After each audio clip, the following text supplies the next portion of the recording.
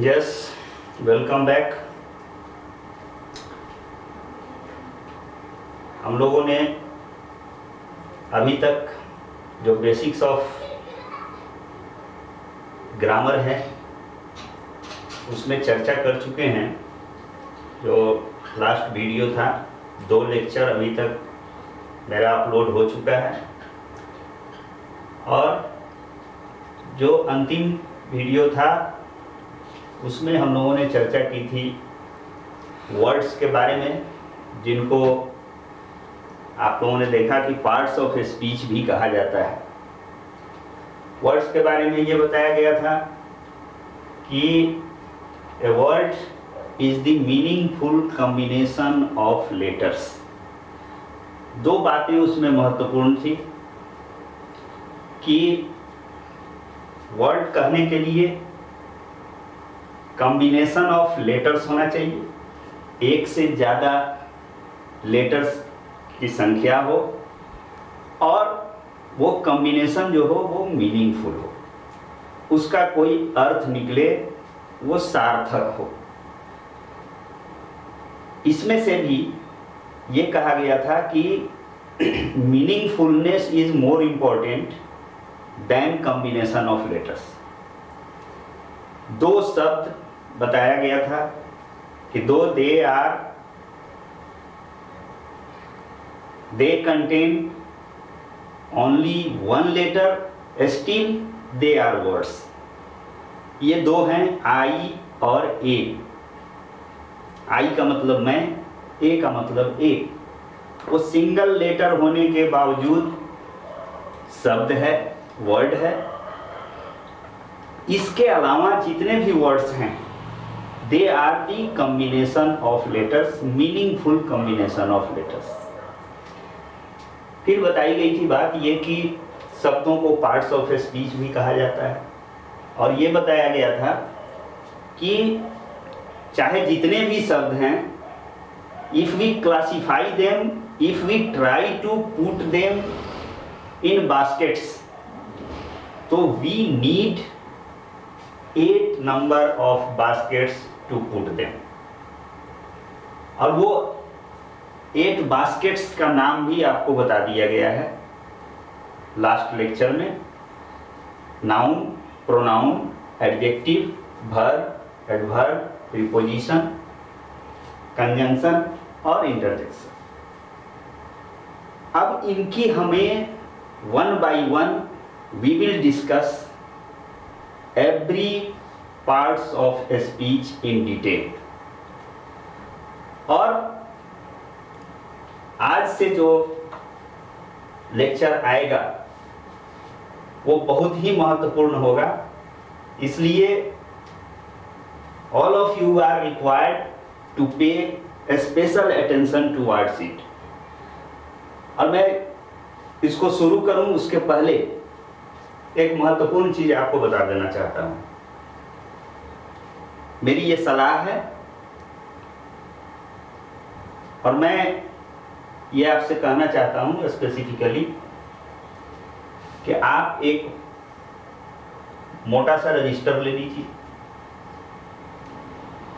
और जो भी लेक्चर्स आ रहे हैं उनको आप नोट डाउन कीजिए एक फेयर रजिस्टर में।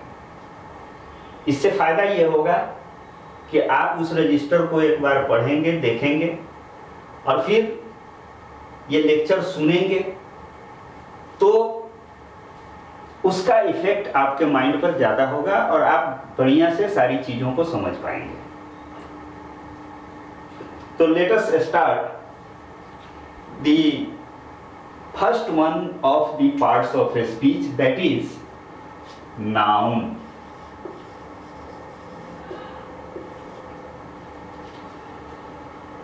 आप लोग जानते हैं, मुझे पता है, नाउन को हिंदी में कहते हैं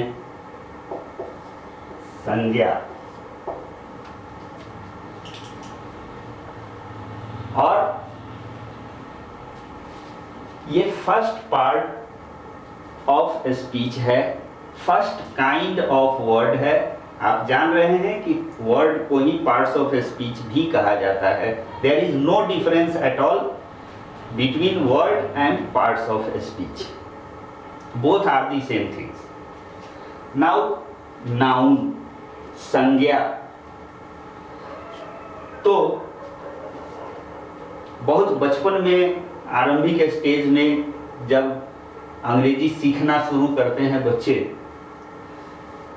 तो उनको पढ़ाया जाता है नाउन की परिभाषा और कहा जाता है कि नाउन इज द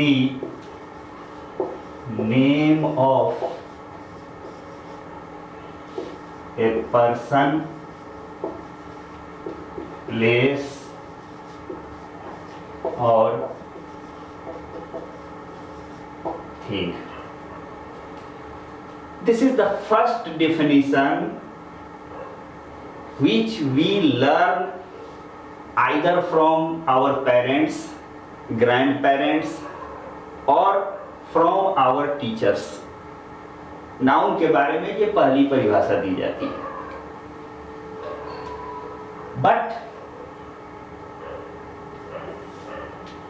ये परिभाषा सारे नाउन्स को कवर नहीं कर पाती, इसलिए कि जैसे हम कहते हैं काइंडनेस,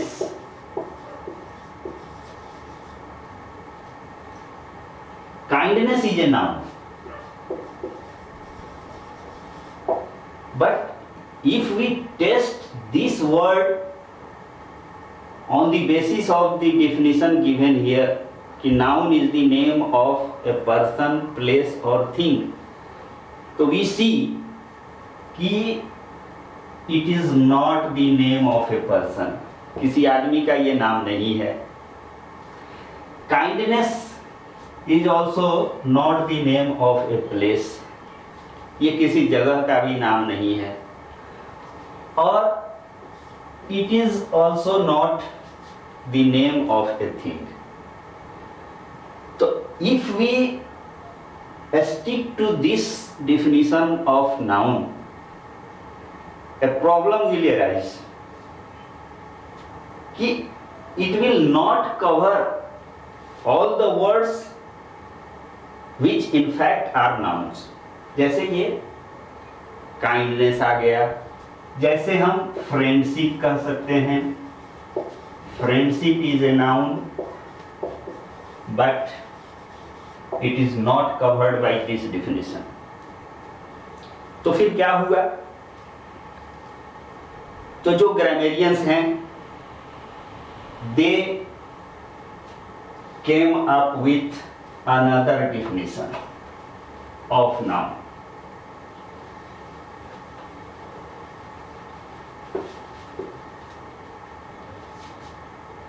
उन्होंने कहा, दूसरा डिफिनेशन दिया कि noun is the name of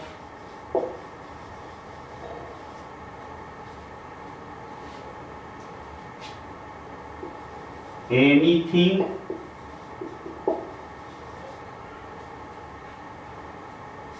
visible और नॉन विजिबल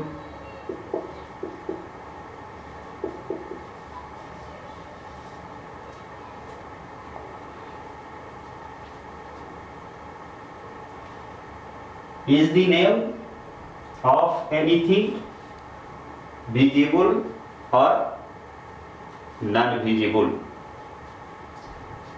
ये इसमें ही बात कही गई कि it is the name of an idea also। तो इसके आधार पर वो कवर्ड हुआ। काइंडनेस इसमें हम कह सकते हैं कि it is the name of an abstract or invisible thing। तो ये थोड़ा सा इसका जो रेंज है, इस डिफिनीशन का जो स्कोप है, वो पहले वाले डिफिनीशन से थोड़ा बड़ा हो गया। देयर आफ्टर हुआ कि भाई ये बहुत बड़ा लेंदी डिफिनीशन है, इसको याद रखना थोड़ा मुश्किल है, तो इसको सिंप्लीफाई किया गया। And third definition of noun was point. Third definition आया नाउन का, वो क्या आया भाई?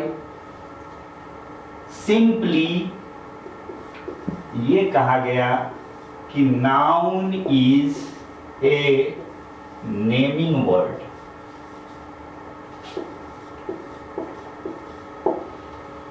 This definition is very simple, is very short, but it covers the whole range of the words classified as nouns.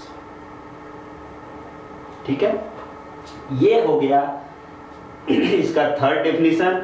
और ये सिंपल डेफिनेशन आप दिमाग में बैठा लीजिए कि noun is a naming word, नाम बताने वाला, नाम सूचक। नेमिंग वर्ड का मतलब हुआ नाम सूचक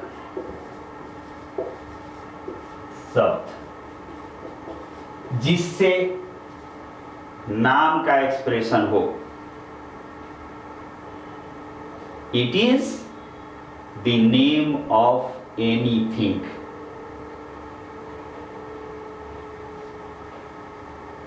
तो नाउन के बारे में आप ये जान गए।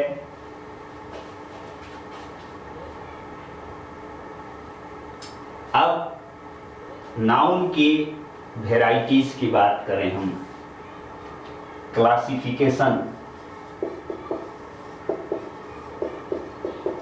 Of nouns.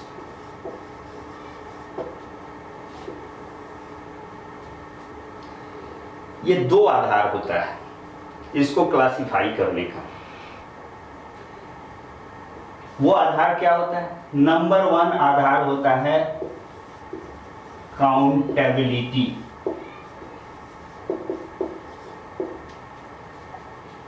काउंटेबिलिटी का मतलब हुआ कि हम उसको गिन सकते हैं या नहीं गिन सकते हैं।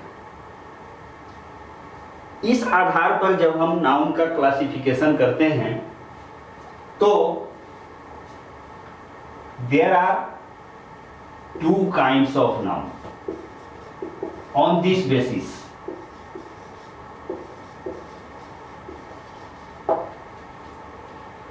Number one is countable noun and the second one is uncountable noun. This is very simple. बाबू मैं आप लोगों को कह रहा हूं कि ग्रामर रटिए मत, ग्रामर को समझिए और कंसेप्ट क्लियर कीजिए। आपको कोई भी चीज याद करने की, रटने की आवश्यकता नहीं होगी। I am confident of this. So when we discuss classification of nouns, तो हमारे पास दो बेसिस होता है। एक बेसिस पहला जो है वो that is on the basis of accountability. हम उसकी गिनती करें, कर सकते हैं कि नहीं कर सकते हैं। अगर कर सकते हैं तो उस नाउन को हम कहेंगे काउंटेबल, जिसकी गिनती की जा सके। अगर फिर इसका जस्ट अपोजिट है दूसरा कि अनकाउंटेबल है, मतलब जिसकी हम गिनती नहीं कर सकते हैं। तो हाउ विल वी डिसाइड कि काउंटेबिलिटी कैसे हम निर्धारित करेंगे और उसका क्लासिफिकेशन हम कैसे करेंगे, कैसे हम पहचानेंगे? What will be the basis, what will be the criteria on the basis of which we will decide that this particular noun is a countable noun and this one is an uncountable noun. ये बहुत आसान चीज है, इसमें कहीं से confuse होने की आवश्यकता नहीं है. Everything is very simple and very clear. तो पहले हम बात करते हैं काउंटेबल नाउन की.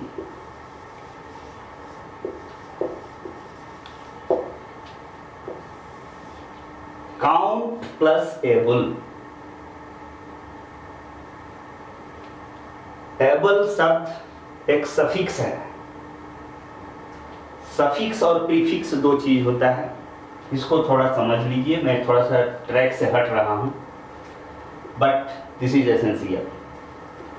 सफिक्स एंड प्रीफिक्स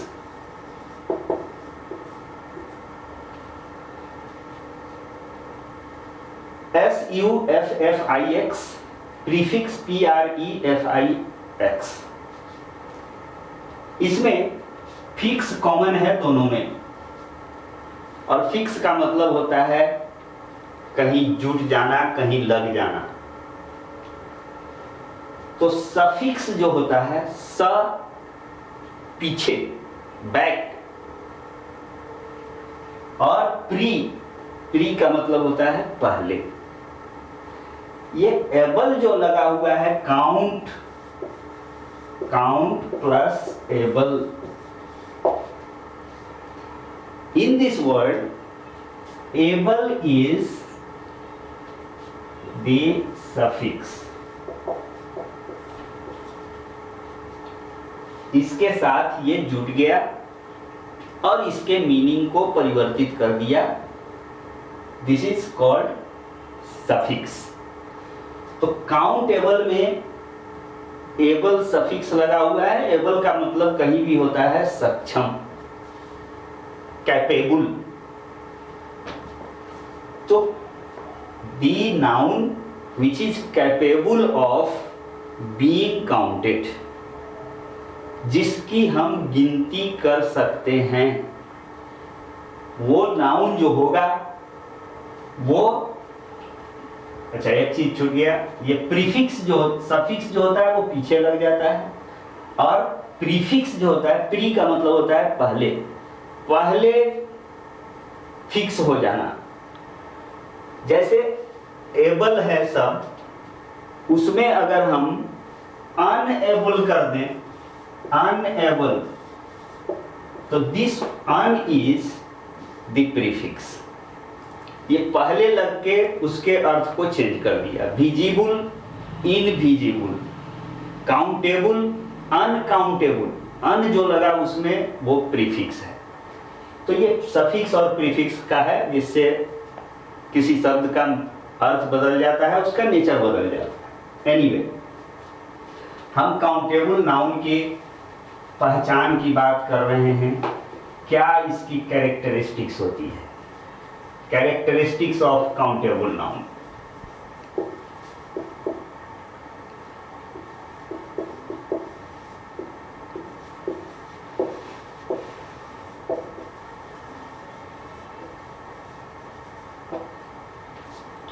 नंबर 1, कि these nouns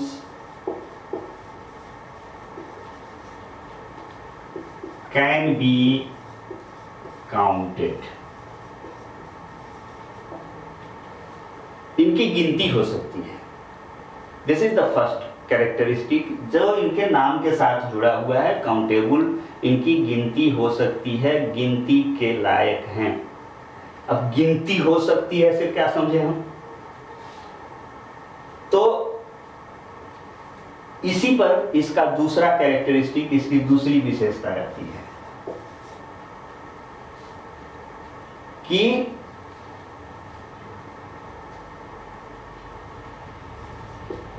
a numeric can be placed before a countable noun.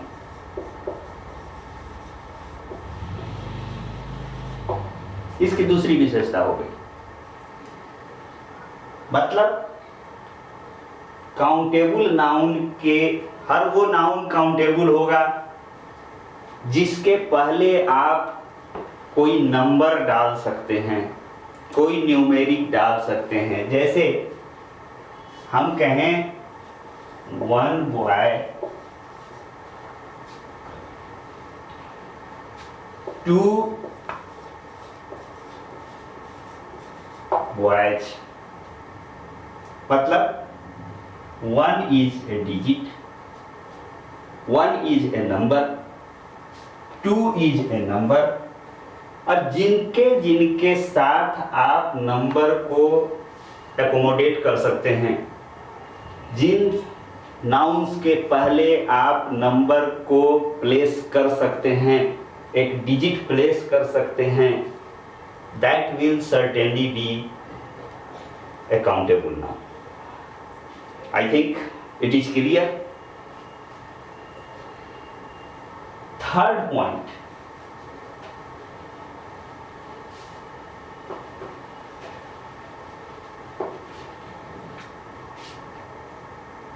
Third इसकी कैरेक्टरिस्टिक क्या है कि article A and N can be placed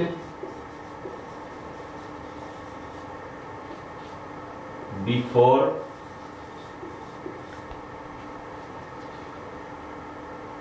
the singular form of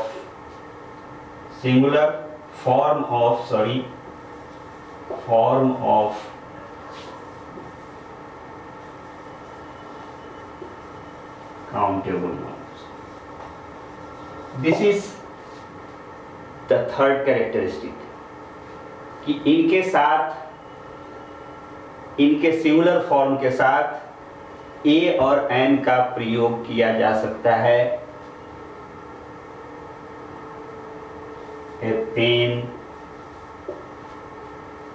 an ox,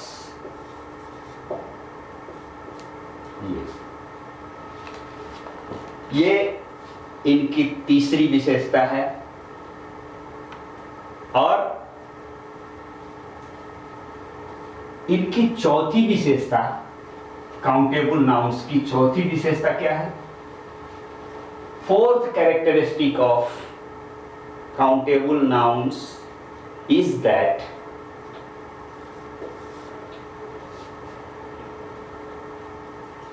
most of the countable nouns, ध्यान दीजिएगा, I am writing here most of the, not all of the, most of the countable nouns have two forms।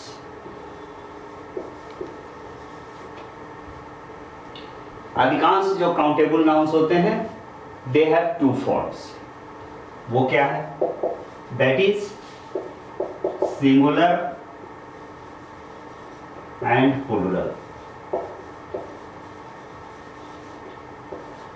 बहुत महत्वपूर्ण चीज है, ध्यान रखना है। Countable noun की बात हो रही है, हम नाउन के क्लासिफिकेशन की बात कर रहे हैं on the basis of their countability, and on that basis we say that nouns are of two kinds, countable nouns and uncountable nouns। We are discussing here the characteristics of countable nouns। चौथा characteristic उसका ये बताया गया कि most of the countable nouns have two forms, that is singular and plural। अधिकांश जो nouns होते हैं काउंटेबल, उनका दो फॉर्म होता है, सिंगुलर और प्लूरल। जैसे हम कहें गर्ल, सिंगुलर फॉर्म है, इसका एक दूसरा फॉर्म हो जाएगा गर्ल्स, ये प्लूरल फॉर्म है। ठीक है, it should be clear now.